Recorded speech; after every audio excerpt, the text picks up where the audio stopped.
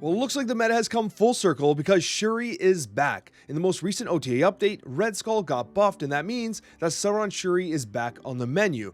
Now, this deck is absolutely insane. I actually think it's fantastic, especially with the prevalence of Spider Ham, which is borderline buffing the cards in this deck when it actually mutes them, so that's a pretty interesting thing worth considering. But honestly, Sauron Shuri is reliable, it's extremely powerful, and with the buff to Red Skull, it puts up insane power. Most importantly, I don't think players are expecting it. Shuri has completely fallen off the meta, and honestly, in this Conquest run here, things could not have gotten any better. It's literally a perfect silver Conquest run. We don't lose a single cube, we beat highly meta-relevant decks, and it's just a very clean, straightforward path to a golden ticket. So if you're looking to take opponents by surprise, I think that Sauron Shuri can do exactly that. It's capable of beating the meta lists, and honestly, again, it's extremely strong with a high win rate, and it'll do you well in both ranked and in Conquest. Hope you enjoyed this run, and hit the like button if you like to support the series. It's fine, it's fine.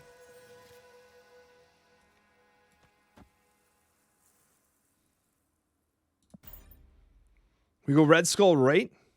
This list does not generally run Shang-Chi. Is this Jane right? It's Abomination right? Wow. He's actually in legit trouble here. Yeah. He walks. Mistakes were made here. Okay. Armor's hit and miss in this deck, by the way. It's used to protect like the Shuri location, Red Skull, stuff like that. It's used to protect Ebony Maw. But at the same time, like if you don't pull it on 2, it just gets Sauron, right?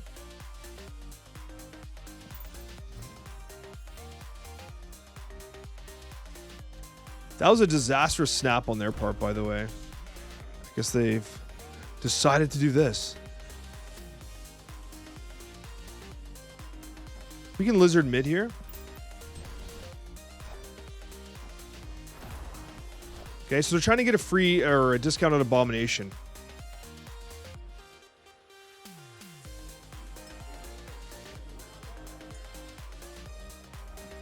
We don't have anything that wins Bar with no name naturally. Okay, there's the Luke Cage. So they didn't draw it last game. So they had Luke Cage, never drew it. And that was obviously problematic for them. I think it's Shuri, Red Skull.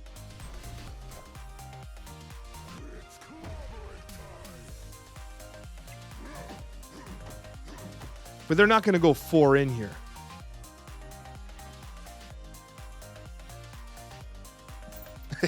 Just draw Taskmaster. That's all I got to do. The Bar with no name doesn't really benefit either of us right now. And obviously, he's going to be very cautious with his Spider Hams. Plays the Lady Jane. But that's not going to work for him. Oh my God. Oh my God. This is why everyone hates this. Oh, the humanity. Oh, no. I almost feel bad. This is nasty. Oh, my God. It's nasty. This guy. Oh, man.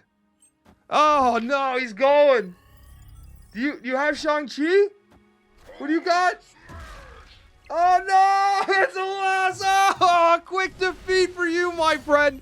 As we knock out Don't Be Jealous very handedly with the new Sauron Shuri list. That was an absolute clapping. Oh my God. Absolute destruction. That was a quick 3-0. 2-0. That was only 2 rounds. Oh no. I actually feel bad. Oh, I don't want to say it. I don't want to say Shuri's back, but there it is. Battle 1 defeated. Battle 1 dealt with. Battle 2, we enter the fray. We're going after another gold ticket here. All right, guys. Our next matchup. We have Vibranium Mines. Because we have the Sauron here, I think we hold the Ebony Maw. Because remember, Sauron will remove from your hand and your deck. So Ebony Maw becomes playable after turn 3, which is nice. It feels almost weird not having to force Ebony Maw out. But here we are. I'm going to play Lizard to the right.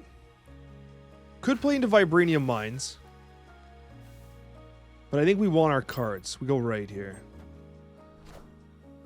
Okay, we're discard gaming. We do have Enchantress, which is advantageous to us, of course, in this situation. I think we actually go mid. We got to start putting power here. Okay. It's unlikely they can compete with a... Oh, if they play... They would have to play Dracula here, I get to compete with the Typhoid. Dracula competes with Typhoid. It's Dracula. Okay. That's what I expected. They have not Snap, so it's not for certain that they have MODOK.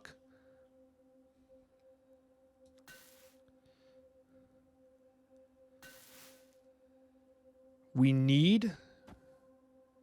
I think it's Red Skull, right?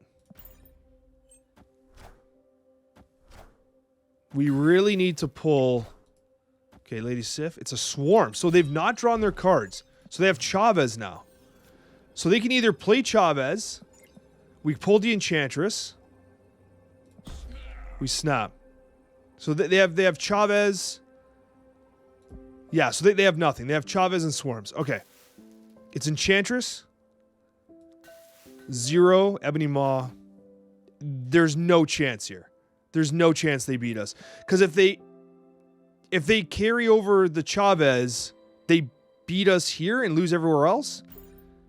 He's got to walk, right? I see no losable condition here. They go.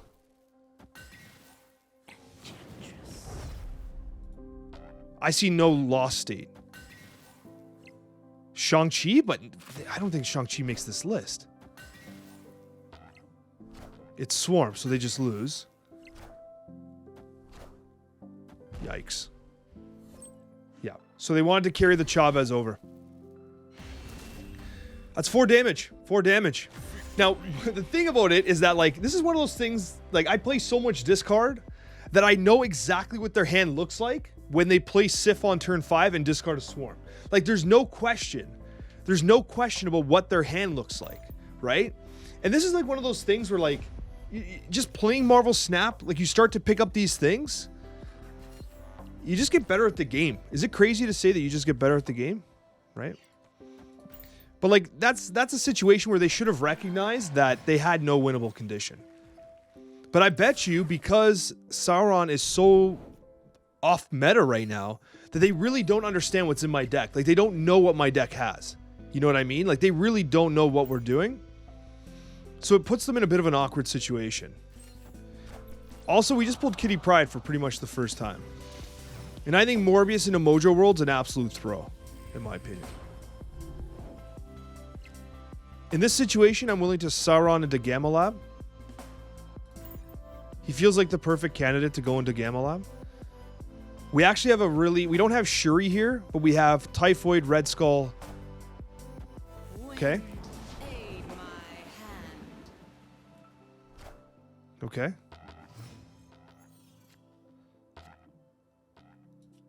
So again, we just Typhoid. Because he has to, what's he compete with? It's Dracula again. But now we're in a situation where Chavez doesn't gap. Chavez does not gap here. And now we Red Skull and we can zoo into this location on Mojo World. Whereas he's likely not able to. So again, I think he's in trouble. I don't think he's going to be able to compete with 14 power right. Chavez is not enough mid. The only hope he has right now is to MODOK. It's MODOK. He hits Swarms. He hits Apocalypse. So now he can win mid. He hits Sif. Wolverine. Where's Wolverine go? So he's won mid. He hits no Swarms. He loses the game. So he's lost. He's lost the game. He pulled Chavez, so he can't do anything again. So this just wins. I want to do the math. Shuri, 14 power, 16, 20. So this is actually 15 power. This is 15 power because he's going to discard 1. And then it's this. Yeah. There's no winnable condition for him. Because he has to hold one of the cards to win mid. So he loses. I gotta be honest with you. This was probably the easiest silver run I've ever had. It helps. It helps that I'm playing against a deck that I know like the back of my hand. But I really, really think that Shuri Sauron is legit. Like, I really do think it's legit. Like, you saw, like, we just completely demolished two guys. Like, this is ridiculous what we just did to two players. Like, this wasn't even a close contest. We didn't lose a single cube. We won a gold ticket in 4 rounds, which is basically the fastest you can do it. We just got a gold ticket. You cannot do it any faster than we just did it. You literally cannot do it faster. So it goes to show you that Sauron Shuri is legit. And we played against High Evolutionary and Discard, 2 meta lists. And we completely demolished them for the gold ticket. So to me, it's clear that Shuri's back. The change to Red Skull really makes things different now. You're able to contest in locations you weren't able to prior. And honestly, it's a good deck now. And people aren't expecting it because Shuri's kind of, it's off the meta. Thanks for watching, guys. I hope you find success in your conquest, and we'll see you in the next Marvel Snap video.